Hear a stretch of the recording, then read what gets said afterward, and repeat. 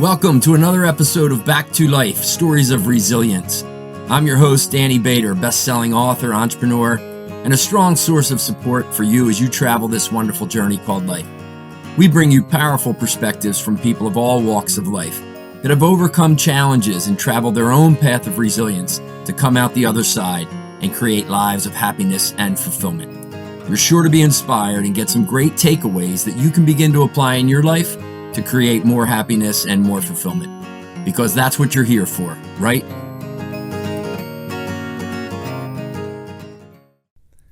Hi, everyone, and welcome back to another episode of our Back to Life podcast.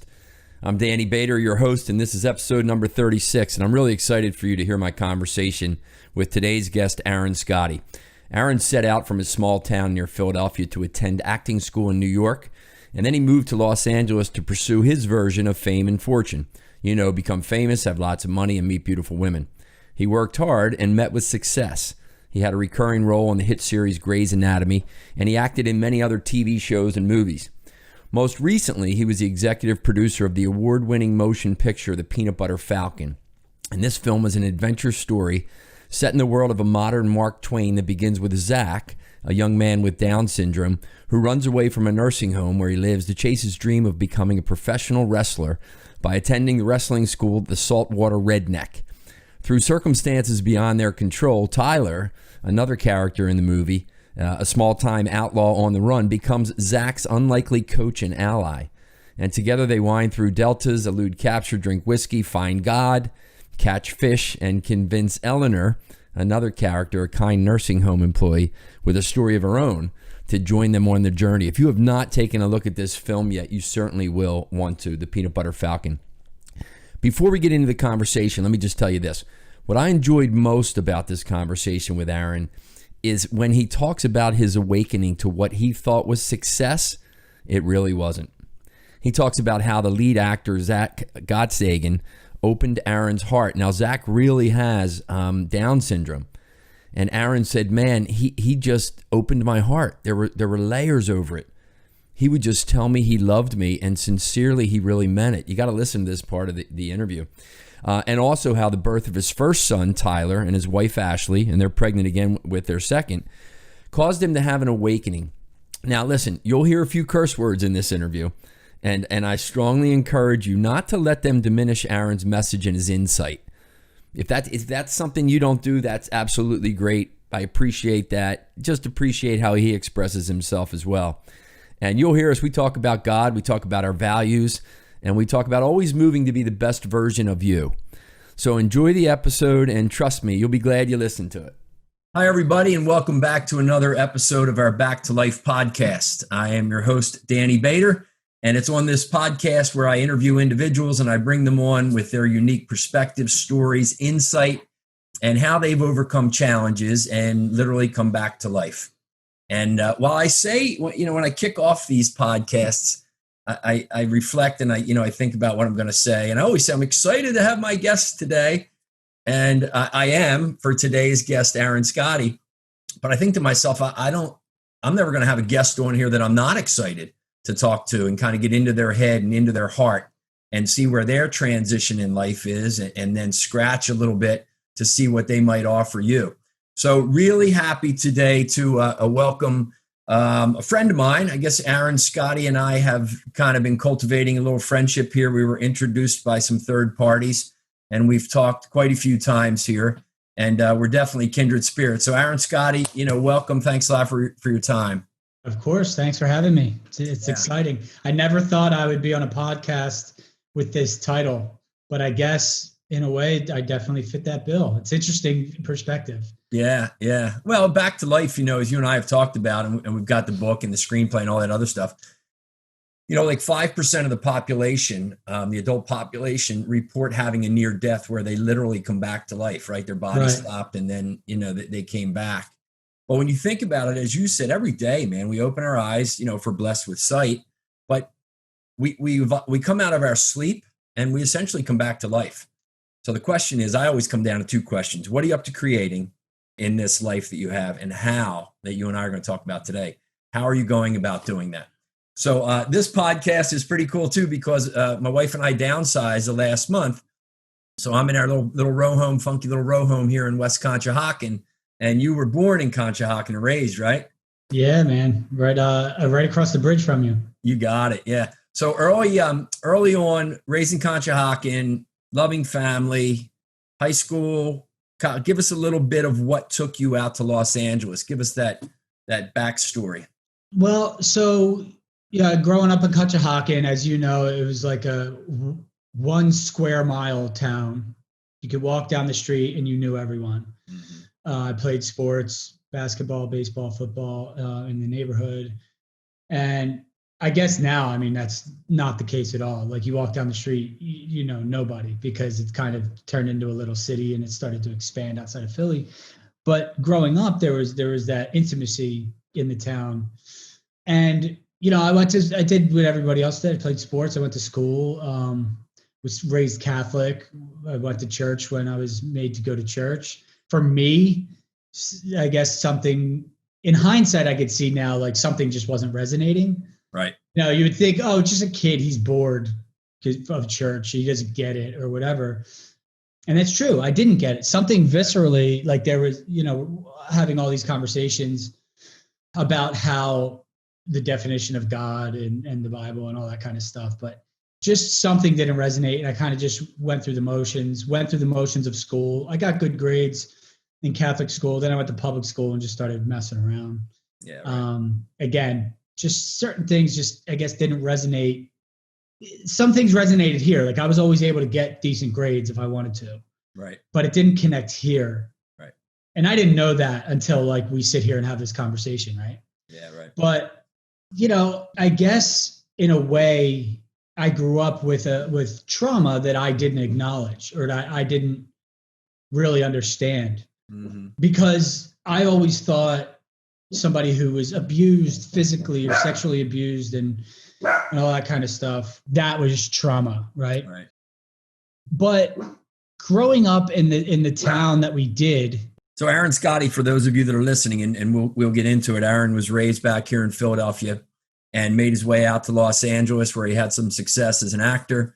And we'll talk about that. And then was the executive producer of the movie last year, the Peanut Butter Falcon, which gained rave reviews. So Aaron, I'm just giving him a little bio there. I figured you could fill in the silence. I have construction going on in the bathroom upstairs, and the guy came here late. I just heard him knocking on the door. Sorry about that. No, that's cool. You got it. And we're all set down. Yeah, no, we're good. You can keep that in, man. I don't edit too much out of anything, right? Yeah, good. Hey, man, no filters. It's just real life, right? That's it. Life happens, and everything is perfect. Yeah. So what was the trauma you think as you reflect back? So, you know, you grew up back here, like you said, raised Catholic. Some things weren't clicking in the head, not in the heart. And then you found your way out to Los Angeles, right? So first I went to New York. Like I think the trauma was just that there's a collective energy of like a negative, lower vibration, anger. I mean, we're very angry in a way, which I actually have a theory about. Because I think it's no accident I was born where I was. We could get into all that, but I think that anger is just bottled up power. I think that power that you and I understand at a greater level has been stifled, and there's so much power where we come from. Because we're told to suck it up, be a man, men don't cry. We're not meant to feel our emotions or express our emotions. Don't talk about it. Right. So then everybody thinks that they're broken or thinks there's something wrong with them, when really everyone around them is going through the same or similar issues. Right. Because your emotions are a tool. It's part of who we are, and if we stifle them, it's going to hurt. Right. Right. But you didn't really, you didn't think this way. That's kind of what we're chatting about, right? You went to New York City and you said, shit, man, I want to be an actor. I dig this. I can make money. And then you moved out to LA. And what was your focus as you were heading to LA? Well, I wanted to do something extraordinary. It was not to get in touch with your heart, I don't think, was it? No, not originally, of course. Make a lot of money. I was a kid. I was like, those people, you know, have tons of sex with girls. They make tons of money. They get houses, a car, you know, all this stuff that a kid would watch MTV when, you know, Britney Spears pops up one day when you come home from school and you're like, oh, I want to go out and hang with those people. Sure. But I have to be honest. I was always honest with myself, checking in. Like, am I doing this for the wrong reasons? Right. Sometimes that would come up because of what I did instead of just moving to California is I moved to New York and went to an acting conservatory. And as I was there, like I remember my first day in class, I'm around like some theater dudes and women from like all around the country who grew up in theater. I didn't. I grew up playing sports. And like day one, we have to go up and do some Shakespearean monologue. Right. And I'm like, oh, it's getting real. Like an actor has to act and I have to like create, I have to memorize these lines, but also create, like people came in with props, all kinds of stuff. Oh yeah. And I remember the first line was like, Paris was a very old city and we were young. I just remember that line, but like there was something about the moonlight and all this stuff. So I didn't have any props. I just showed up and I memorized the words. So I like sat on the radiator by the window and I looked out the window and it was a voice class. So we had to be on breath. Like Paris was a very old city and all this stuff that I didn't know about. Right. So I'm just staring out the window, looking at the light post, pretending it's the moonlight and reciting these words. And I'm like, all right, shit's getting real. Yeah, but I decided like, if I'm going to do it, I'm going all in. I'm going to be open. I'm going to explore. And it kind of led me down a path to open my heart, which I didn't know. But if you want to be a good actor, you have to tear down these walls. Sure. So I think my soul drove me there to start tearing down the walls that were built around my heart growing up. Right. Which I didn't know, my parents did the best they could. I don't think they didn't love me. Right.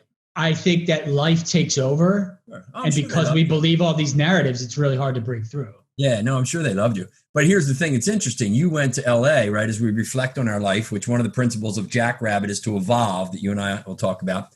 As you reflect on your life, you were going to LA kind of from the head perspective of, right, make money, meet beautiful women, win awards, make films and all that stuff. And now you say, well, that's why I thought I was going, but I was really going because you think this is just part of your journey, that you had to go there to continue to get to who you are now. Right. Like I'm so thankful that gave me a destination to aim towards, because, it's so cliche, but it's all about the journey. Sure. And that's why we need to live in the moment, because believe me, by the time you get there and you're on stage and your red carpet, whatever. Yeah. It's just like, oh, okay. But man, I wish I paid attention more throughout the journey. Luckily, I did. I did pay a lot of attention because I was curious and it was fascinating to me as I started to open up. One of the main reasons why I went is because I really did want to do something extraordinary with my life. And I thought all those other things were bonuses. But I wanted to inspire the world at a deeper level was the ultimate goal. Right. So and I thought that Hollywood was the way to do it because I watched TV and it inspired me in some ways. Yeah, I like it. So when you say you want to do something extraordinary with your life, to define, and maybe you did, defining extraordinary is inspiring people. Right. Like, I grew up in it, like I said, a small hometown, 1 square mile where you just go through the steps, you go to school, high school, college, and then you get a job and you stay in your hometown and like, all those things are pipe dreams, whatever. I said, well, challenge accepted. I don't want to live an ordinary life. I don't think that's why I came here, but I didn't know. Right. So I had to go explore that. I just said, I want to inspire people the way that TV and film inspired me. So, but then, you get out here and you see behind the curtain and everything that I've been through, I realized I don't need the Hollywood manipulation machine because I don't think that their number one goal is to actually inspire people. We see some movies where they give you a taste, but then it feels superficial. It feels like, yeah, but that's just the movie. Right. And my journey throughout the process of chasing those goals was the inspiration, was the extraordinary life. It was, that back to life discovery. When I finally had it, I went, oh, this is how you inspire the world. Because I had to hit rock bottom. I had to be completely broken, mentally fractured to like it was decision time because my wife was pregnant and I was ignoring all the signs. Right. You know, because as you know, they get bigger and bigger and bigger the more you ignore them. So for me, it was physical pain, and you have a little back spasm. It's a little knock at the door, but if you don't answer, it gets worse and it gets worse and comes back and cyclical and all that. So I was basically crippled. Like they were treating me like I was hit by a bus. Right. And when I realized, and this was how many years ago though? Because how old are you now? 37 now. This was a couple years ago. It was like right when it got at its worst was right after we shot the Peanut Butter Falcon. So as we were doing press, I was in bad shape. Right. Right. So you went to Hollywood though, and you were on Grey's Anatomy, Firefighter Johnny, right? Yeah, firefighter something. Firefighter number 7. 7 or Johnny. so I mean, you've had that success as the world defines it, right? Well, I went to Hollywood. You're on some big shows and all. Now you're positioned with Peanut Butter Falcon, which is a wonderful movie, and a lot of hype behind it, a lot of media.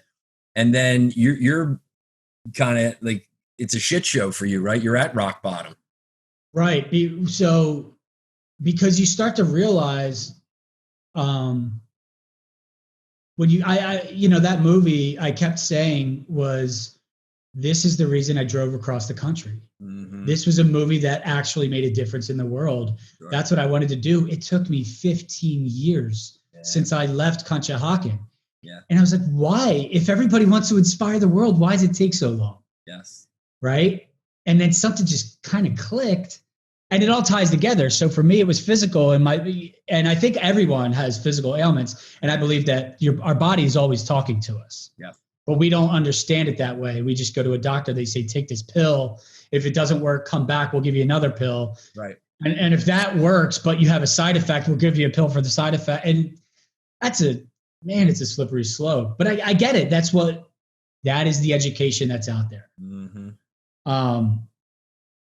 So what's funny is I really thought when that day that they tried to give me an epidural and they were talking about spine surgery, and like my finger was swollen. Right. And now all of a sudden I'm decrepit spine, and they can't cure me. They can only manage it for the rest of my life. I was like, I'm 35 or something, whatever and I'm living in a 95-year-old body. I was 200 pounds. Oh man. Yeah. And I just said, I'm done telling my body it's broken. Mm-hmm. I'm going to heal my body with my mind. And then I started to look for it, look for people who did this. I don't know.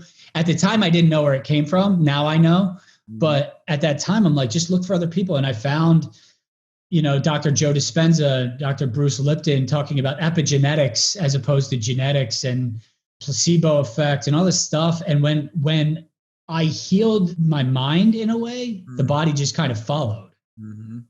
And now I'm in my high school weight and I haven't worked out in a year. How was your mind broken though, if you needed to heal it? What was going on there? It was a belief system. It was a belief. It was constantly chasing a dangling carrot that they were never going to let you bite into. Chasing dreams in the sense of like the dream that was defined from outside ourselves. Got it. And just trying to make ends meet and thinking like, oh, if I just do the right movie, because something didn't sit right. And it's like, oh, if you just do the right movie and get a bunch of points and then it does well and you make, $20 million or something, then you could go change the world. And it's like, how long have you been thinking that? What if you just said, change the world now and let the money follow you instead of chasing the money? Right. Because money is energy. And that's what I've learned. And money is love. And we are energy, which means we are love, which means we are money. And it's an exchange of your energy. Right. And so they were big realizations. Yeah. And so chasing your dreams is good, but you weren't really chasing your dreams. Exactly. Chasing the dreams that were defined by somebody else. So I'm going to make that distinction because somebody listening could go, wait, what the hell is he talking about? Chasing your dreams. That's what we're here for, right? Back to life. Right. Dreams. But chase yours. So you're a little bit overweight. Your back's killing you. You're 37. You're achieving worldly success. Your fingers. My wife's pregnant for the first time. Right, and your finger. Tell the story about the finger and the ring and kind of a little breakthrough you had there. Yeah. So what's interesting and something that I realized more recently after all the dust settled is that my biggest fear was coming true. I never knew this because the fear was so deeply seated. But I remember being a kid, and I always wanted to have my own child when I was like a teenager, because I didn't want to be an older dad whose body was broken down. I can't have a catch of my kid without my shoulder hurting, right? Right. And it turns out when my wife was pregnant, it's like I was hit with a ton of bricks. I was blindsided by an invisible bus, and I was living my nightmare. I couldn't even brush my own teeth. Like, I couldn't take care of myself. My wife's pregnant. How am I going to take care of my son? It was my biggest fear. So I had to face it. That was it. I was like, what is actually going on? You started asking questions. Yeah. But it was like I was waking up in the middle of the night and I couldn't squeeze my hands. My finger was swollen. And I'm not one to run to the doctor right away. So I just let it go for months and months. Right. And eventually I said, this isn't getting better. In fact, it's getting worse. And now it's all my fingers, my whole hands. Right.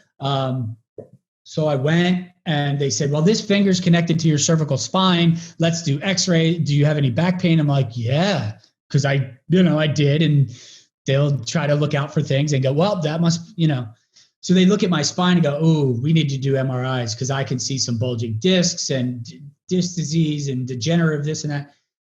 So they did MRIs and write down every nodule of my spine was this, that, the other thing. And we can only manage it. We can't cure this. And basically they said I'm doomed for life. Right. I'm 35 years old or whatever at the time. Right. And I am I'm sentenced to a life in a 95-year-old body. Mm-hmm. And I can't move. So I said, if this is going to be the case, then something told me it's this finger, my wedding ring finger, the only finger I wear jewelry. I said, maybe I need to heal my heart or my marriage or something. Maybe it's my body's telling me something. Mm-hmm. And at the time, I didn't know where that came from. Now I understand where that comes from. Right. But I said, fuck it. I got nothing to lose. Yeah, right. So give it a year. If I'm going to suffer anyway for the rest of my life, give it a year. Yeah. And as I started to research and found, Dr. John Sarno, if you've never heard of him, heard of him. Which he should have been the most famous doctor in the world, but obviously then nobody would need medicine in the way in big pharma type stuff. Mm-hmm. But it's very boring. I mean, 3-hour lecture is boring, but the information is so profound. Mm-hmm. And he believed that your emotions trap in your body and all this kind of stuff. So I looked into that and I forced they had me on all kinds of medicine. Right. For this pain. And then I had, a panic attack, which I've never had before because my body was shutting down. My mind believed everything the doctors were saying. Like the doctor would point at the MRI, I would hear it, and then I would feel it in my body like pretty immediately. Sure. So as I was believing these things, because the doctor's the best surgeon in Beverly Hills, whatever, mm-hmm. My body justified those beliefs and broke down. So when I decided to start looking into this and so it all started to make sense. So they had me on all this medicine. I stopped cold turkey. And then in about a week, I stopped going to physical therapy, everything. I stopped telling my body it was broken. And in a week, I could do a backflip at the gym, just like that. Wow. And it was all, I realized that the mind and body is so connected. Yeah. But religion and science split us. Yeah. Right. And what is it like? Religion said, we'll take from the neck up, and science, you take from the neck down. Right. But we are all one being, and it's all connected. Yeah. So and I felt like that was a magic trick. I was like, oh my God, it's the secret to life. Yeah. And everybody's going to want to know this information. Right. Because when I healed my heart, I healed my body. Our life is lived between our ears, man. That little inner voice that goes right now. I'm reading a book, Dr. Andrew Newberg, who was back here at Penn. He's at Thomas Jefferson. I'm actually going to have him on. You'll have to listen to that podcast. Okay. All around what we say to ourselves, and our words have language and how it corresponds to energy, and how our energy and our words then, release neurotransmitters that put us into a different emotional state.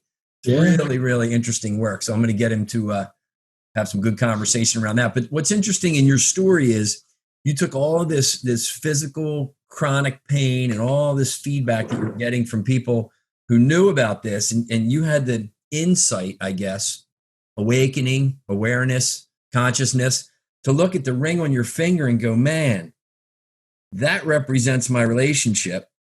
And maybe that's what needs a little bit of healing, and then everything else would get better.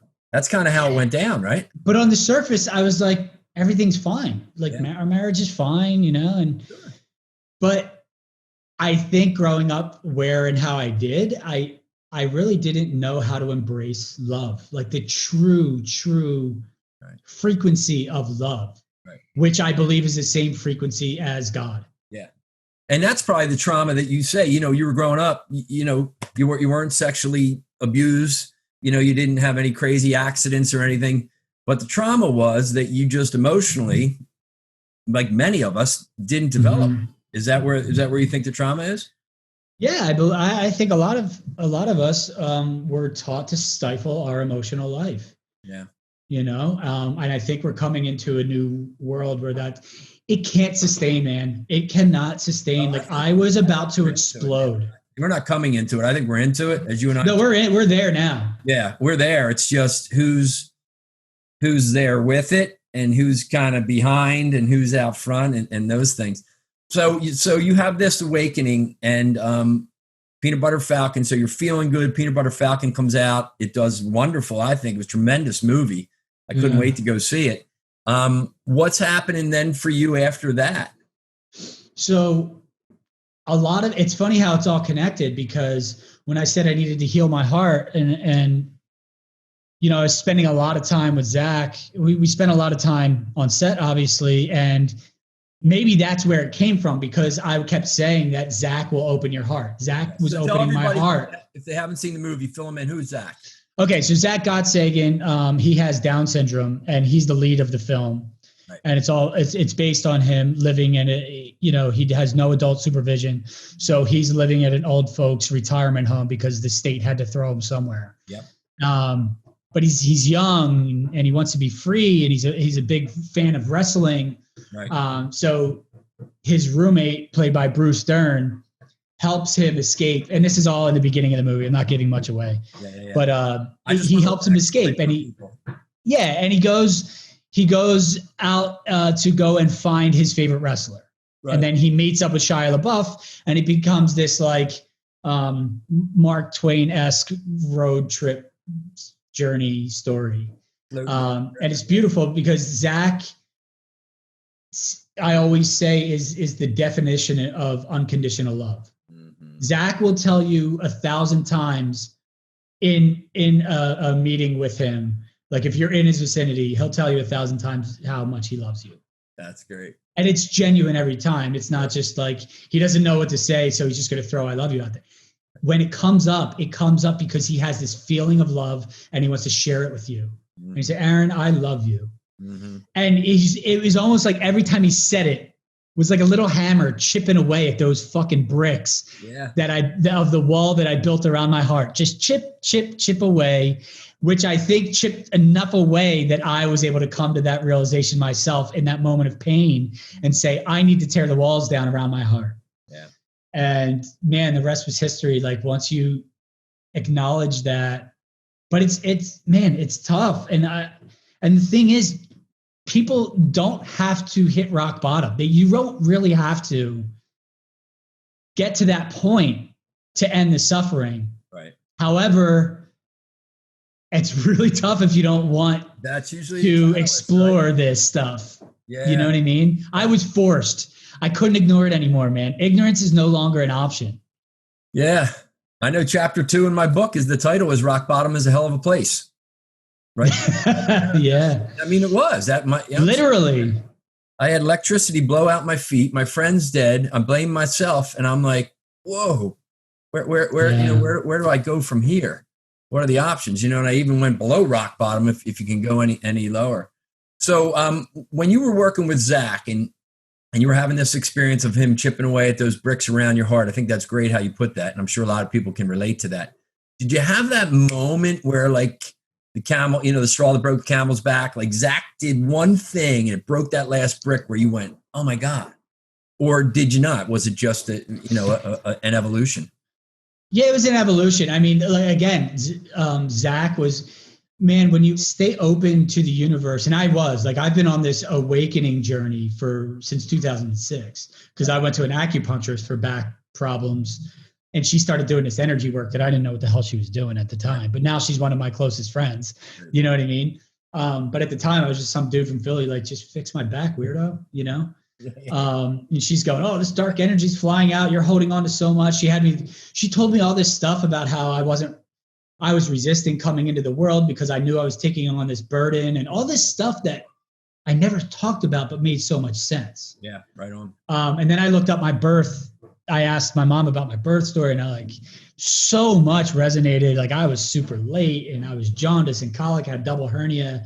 All this resistance stuff, energy was there and now I see it as I chose all of that because I feel like now is the time that I came here for. Yeah. But I had to choose that hell on earth. So because people are going through it and it's getting worse around us, as we know, right. And I can't guide people out of it if I didn't go through it myself. So like, as a spiritual coach, I don't tell anyone anything to do or any kind of idea that I haven't experienced or gone through myself. Right. So some of these exercises, they're fun because they're different, but they're also challenging just because it's asking you to think differently or look from a different perspective. But none of it is anything that I didn't do myself, which is how I got to the place where I am, which feels so liberating, man, free. I haven't been to the gym in a year and I'm in the best shape of my life. How is that possible? Right. But it is possible, and I am not unique.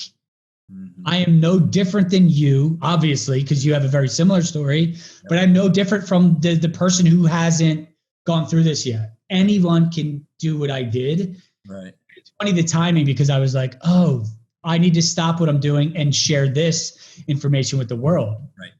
And then this stuff started going on where, people were very hyper focused on the science that's being shoved down our throat and the belief system that's being shoved down our throat. So it's a little more challenging because a lot of people are riddled with fear coming from outside themselves, and fear is a big part of this. And releasing a lot of my fears that I didn't even know existed was a big part of it.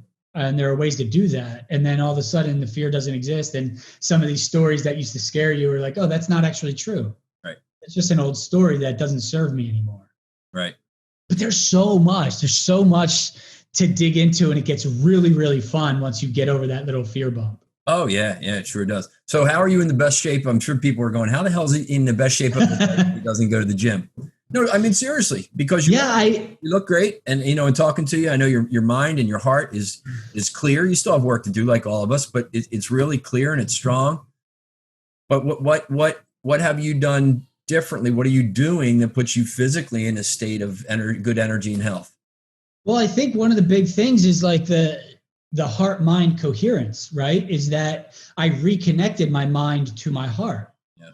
Which I think has been separated for a lot of us. Again, like science and religion separated everything. And that's a whole deep, foundation of all of this. And it's one of many. It's like, I don't want to blame anything. It just is what it is. It's the world that we chose to come into and help heal.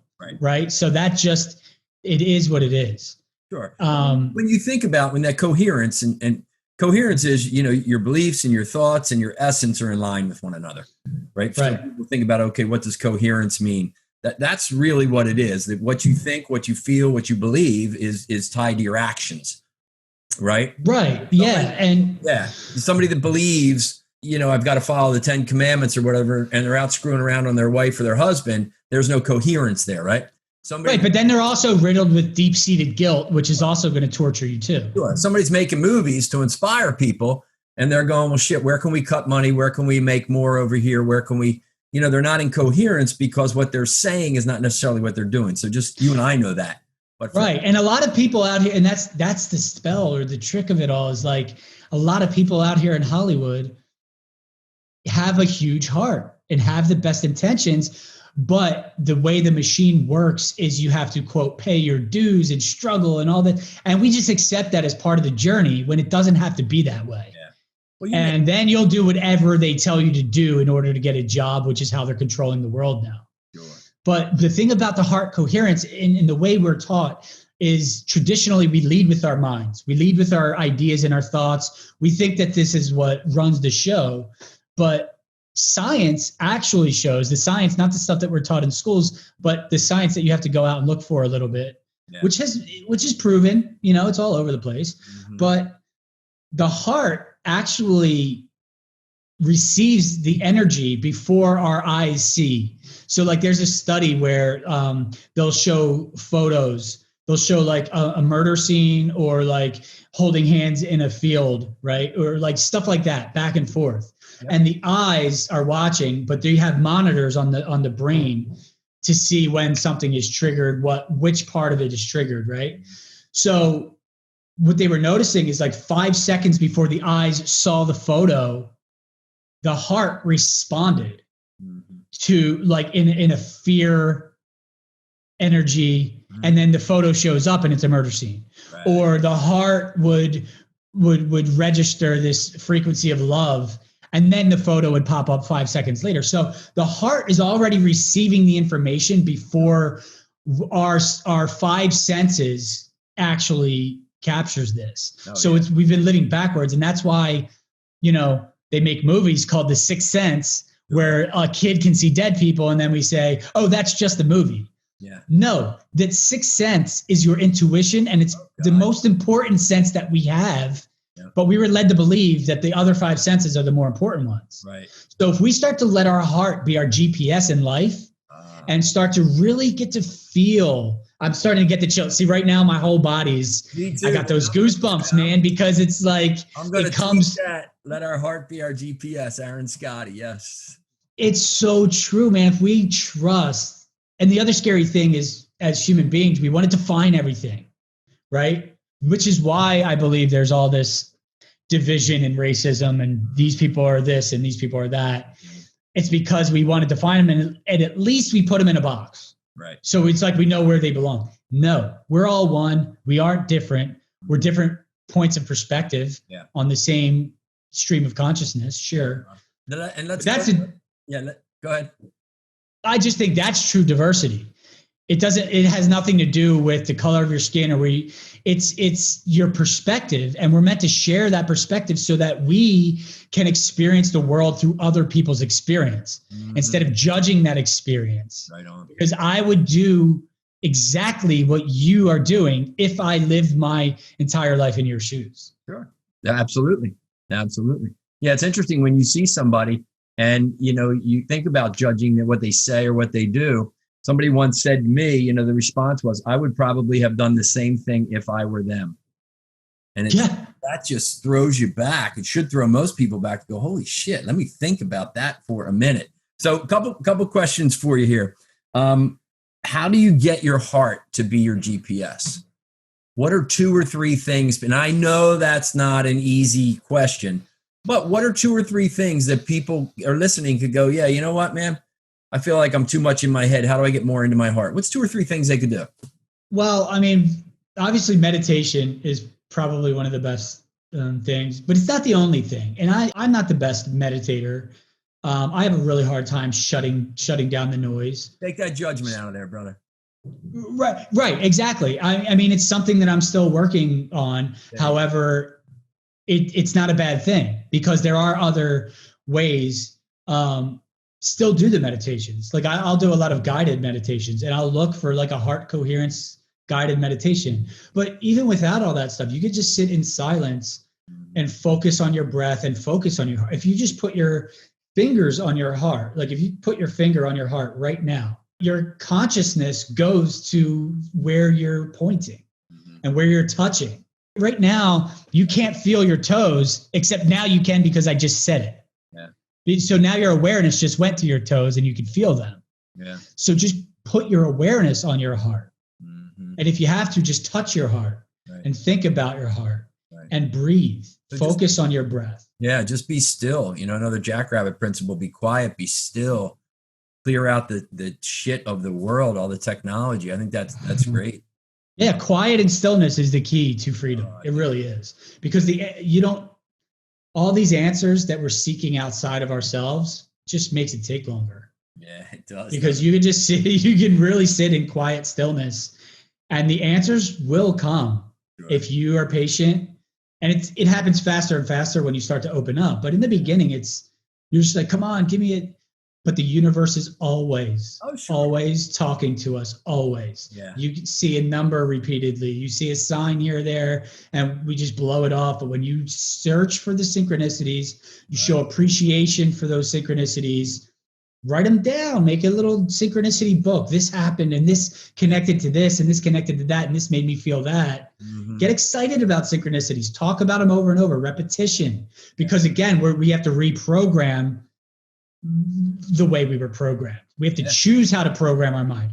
If we were able to be programmed by TV, news, science, religion, school, education, all those kind of things, we have the capability to reprogram our mind the way we want.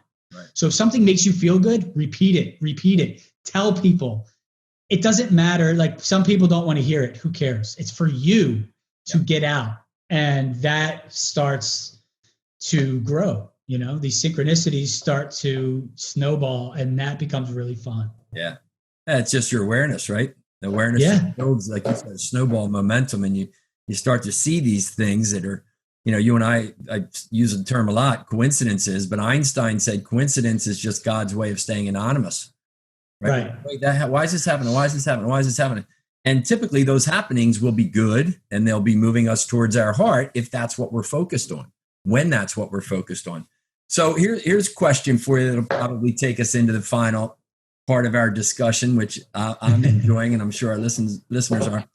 You grew up not far from where I'm sitting right now, although you're in LA, right? You're on the other side of the bridge. Where were you? Cosmos, Damien, St. Matt's? What were you? Yeah, I went to St. Cosmos and Damien. St. Cosmos and Damien, all right. And you had a definition and understanding of God then. What's your understanding of God right now? That's funny. I don't think I actually did have an it was fuzzy. It didn't resonate. And, I always believed there was something. I mean, I never thought that we were an accident. Right. But I couldn't define God. I just, say my prayers because I was supposed to. And I do believe that the God that exists did hear those prayers. I was always there. Yeah. I believe God, source energy, infinite intelligence, light, love, broader perspective.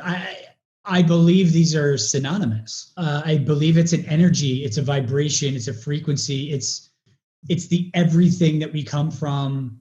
We talked a little bit about fire, and fire is a bit of like the essence of God, because it's constantly giving and receiving simultaneously. Yeah. Always. Because you can give fire something you don't want, and it will burn that thing, but also at the same time provide heat and light. Yeah. Right. And I think God is always doing that. I don't believe it's some man in the sky. I don't humanize God outside of myself, unless we're saying that God is within all of us, and we're all this energy of God. That's the only way I see it as human. And it's a tough thing to articulate, right? Which is why this is the age-old question of who is God, what is God? Because God is undefinable. Right. And God has to be unique to your understanding in a way that you just can't articulate it, and that's okay. God is the unknown. There's magic, there's beauty in the unknown. So when we stop trying to define everything and trust that God, trust that unknown, we see, and lead with our heart, by the way, is a big part of it. We start to see God unfold right in front of us at all times. Yeah, right. I always, I came out here as an actor, and I'd get a manager, and they'd be like, what's your backup? Like, what's your backup job? Like a position, a restaurant, or you're going to, and I said, I don't prepare a backup plan, because I'm always going to fall forward. Right.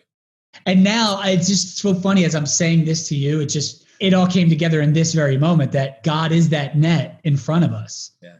That you can fall forward into the unknown and God will catch you. Beautiful. So I don't know.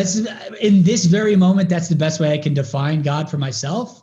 Tomorrow it'll change. And that's okay. Right. We are expansion. Mm-hmm. We're constantly expanding. God is constantly expanding. And that's why there's change, but people resist change just because of the way we were programmed. And that's okay. But when we embrace change and allow these things to unfold, that's when you start to see the beauty show up in your everyday life. Yeah. And I think you make a good point there. We're separating head and heart. So often people say, when we're talking about anything, what do you think about that? Well, that goes right to, right. Versus what does your heart feel about that? I mean, if you ask people that question, they look at you like you're freaking, crazy, right? What do you mean your heart feel about that? I mean, right. Well, because I don't want to go there. I don't want to feel love. I don't know what it's like to feel love. It's overwhelming. It's the first fully formed organ of the human body, right? Is the heart. It's the first thing we check. Good heartbeat. It emits a whole lot more electrical energy than the brain.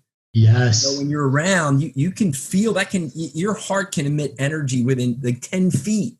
Other people feel it. That's why when sometimes you walk into a room, I walk into a room, somebody else walks into a room, probably Jesus, Gandhi, some of those other spiritual leaders, enlightened leaders, sons of God, they walked into a room, people are going, oh my God, what is happening?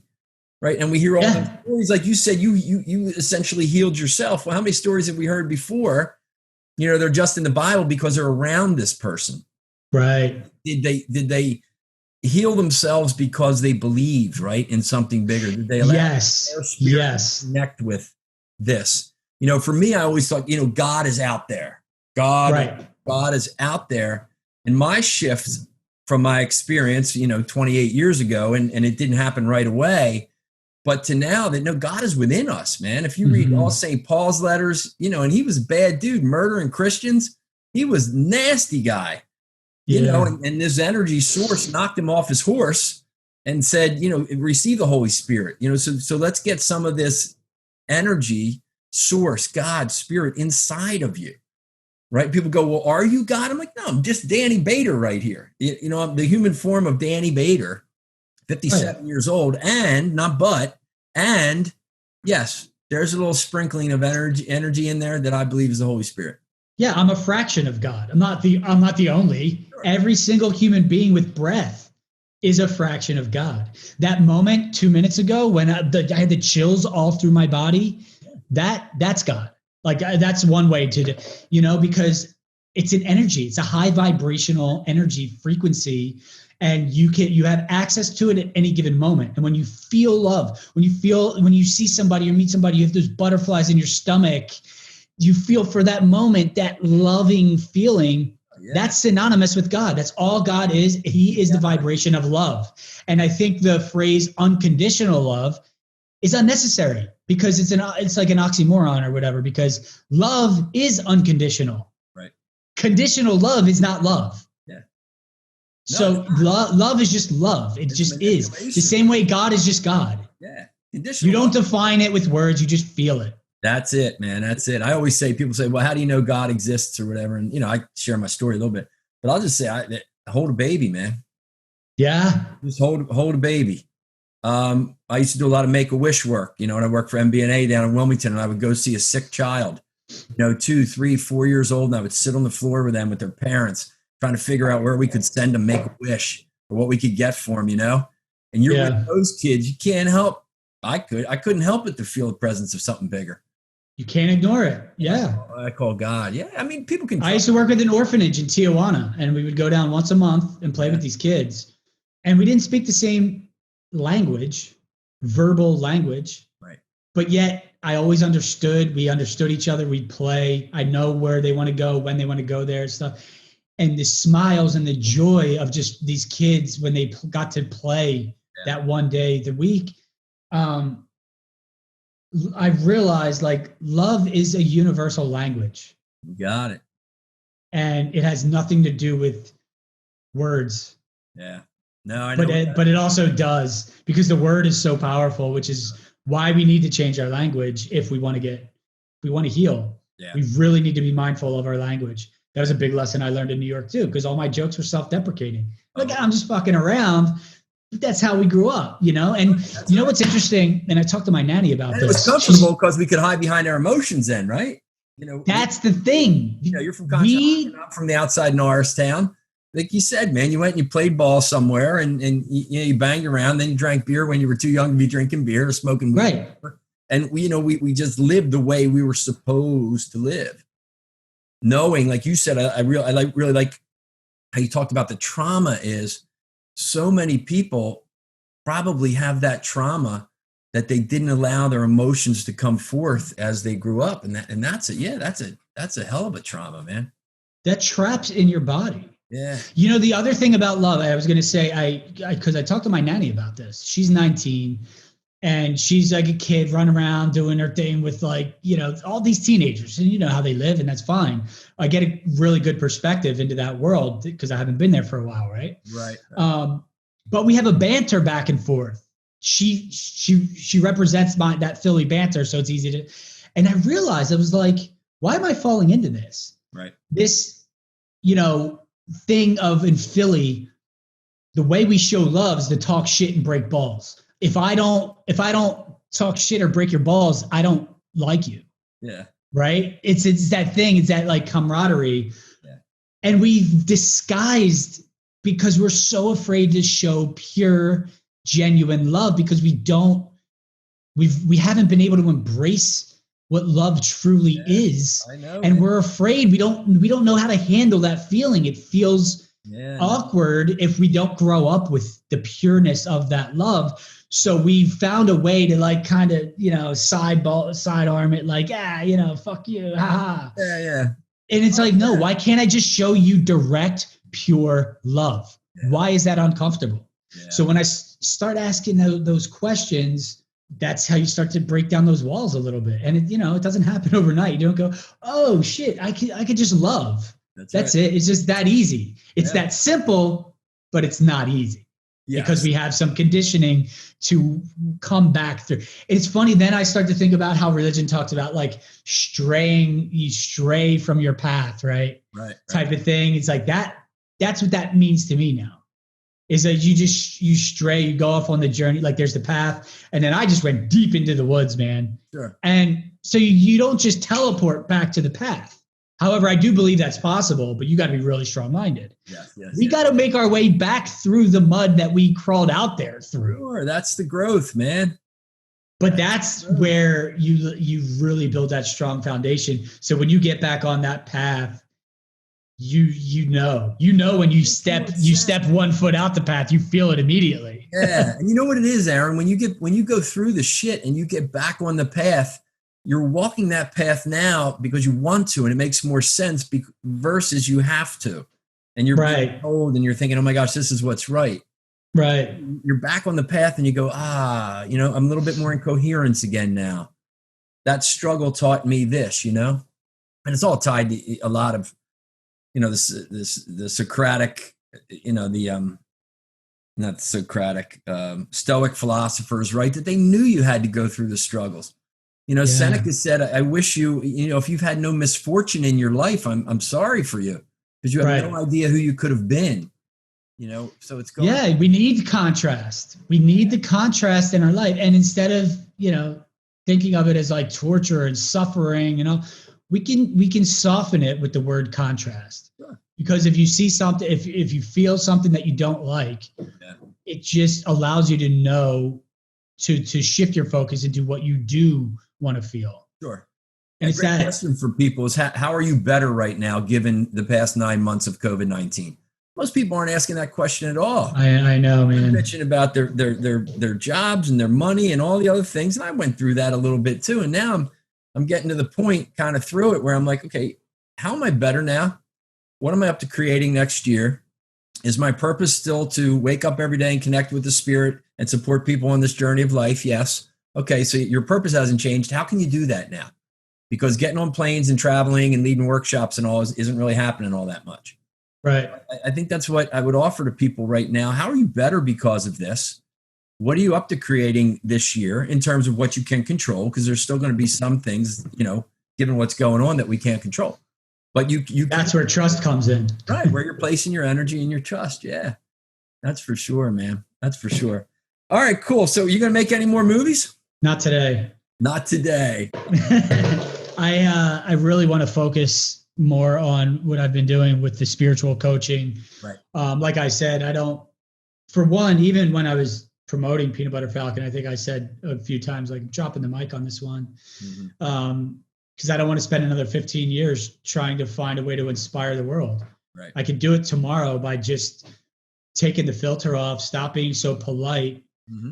Because what I realized was I wasn't really serving people by being polite and stifling this knowledge. Sure. And there's a big world out there. There's a lot of people, especially in my circle, that don't want to hear this shit.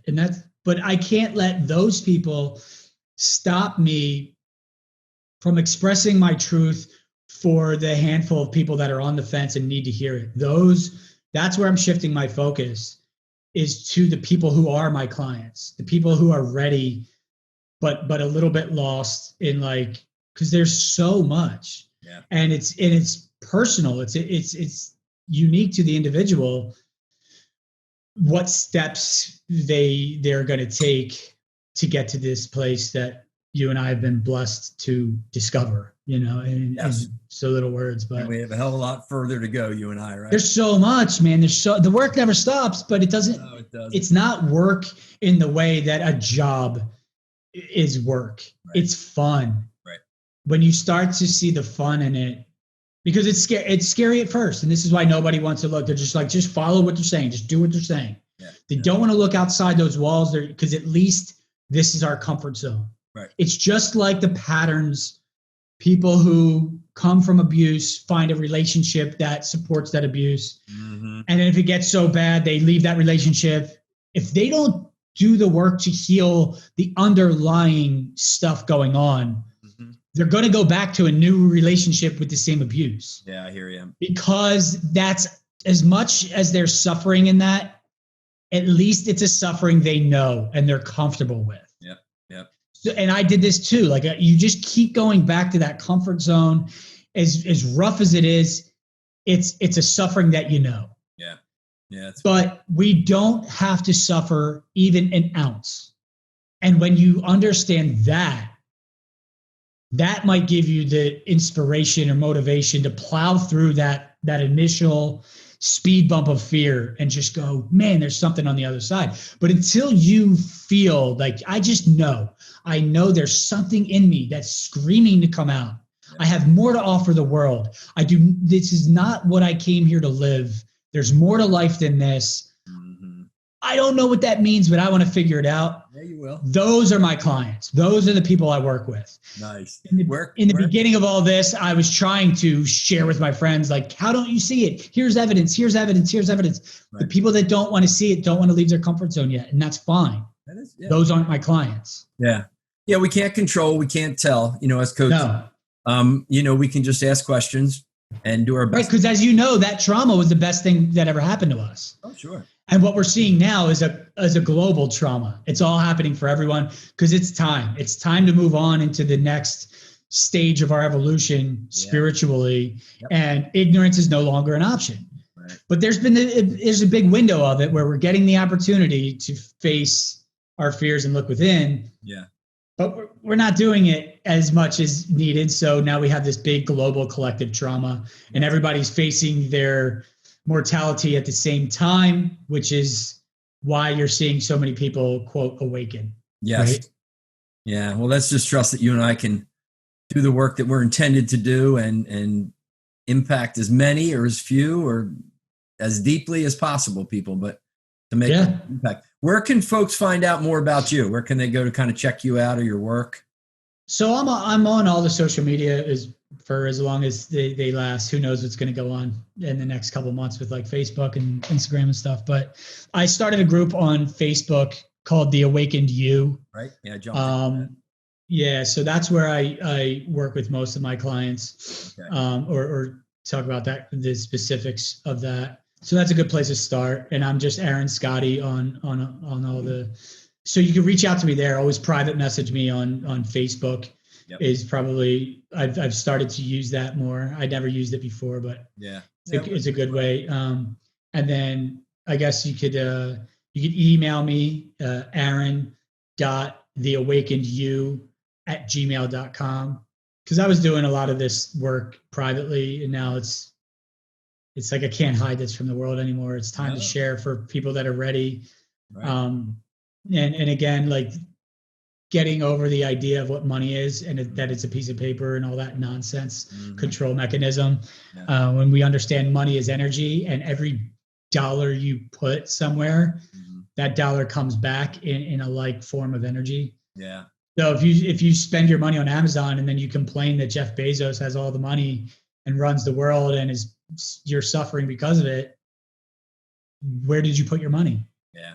Right. So I started to invest in myself, in my healing, and boy, does your life change when you do that. Yeah. Yeah. That's cool. Well, listen, man, I have enjoyed chatting with you for sure. I know the audience has. Before we get out of here, we're going to boil all that we talked about down, and you've got to give people 2 or 3 pieces of wisdom, like in bumper sticker format, and then they can figure it out. So you're having coffee with somebody. You're never going to see them again.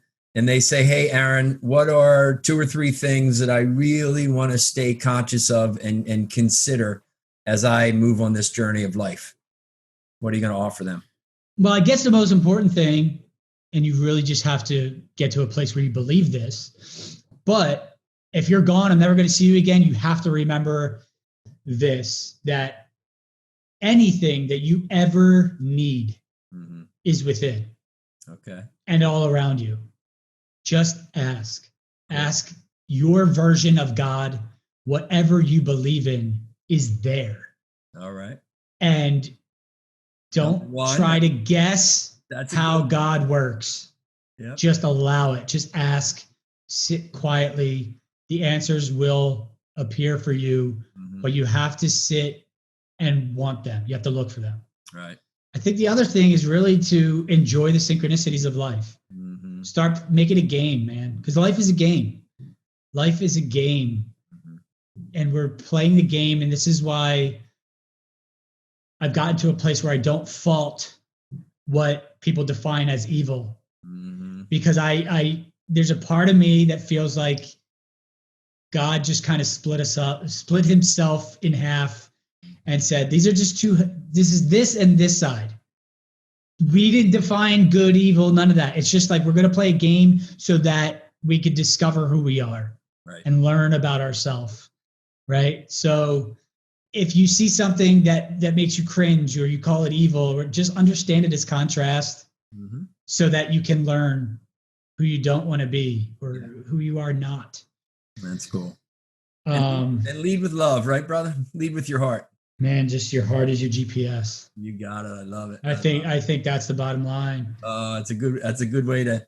Got to tear down those walls, though. That's it. Because it's hard for the GPS to get that signal through brick walls, right? You got to do the work. You have to clear the path so that the GPS can receive the signals.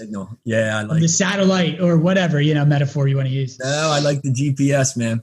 Well, listen, everybody, I am certain that you have enjoyed our conversation, Aaron and I. And Aaron, I thank you for your time, and I'm sure our paths will stay connected and even grow stronger. But, until next time, everybody out there listening, remember, there's a hell of a difference between just living and going through the motions and being fully alive.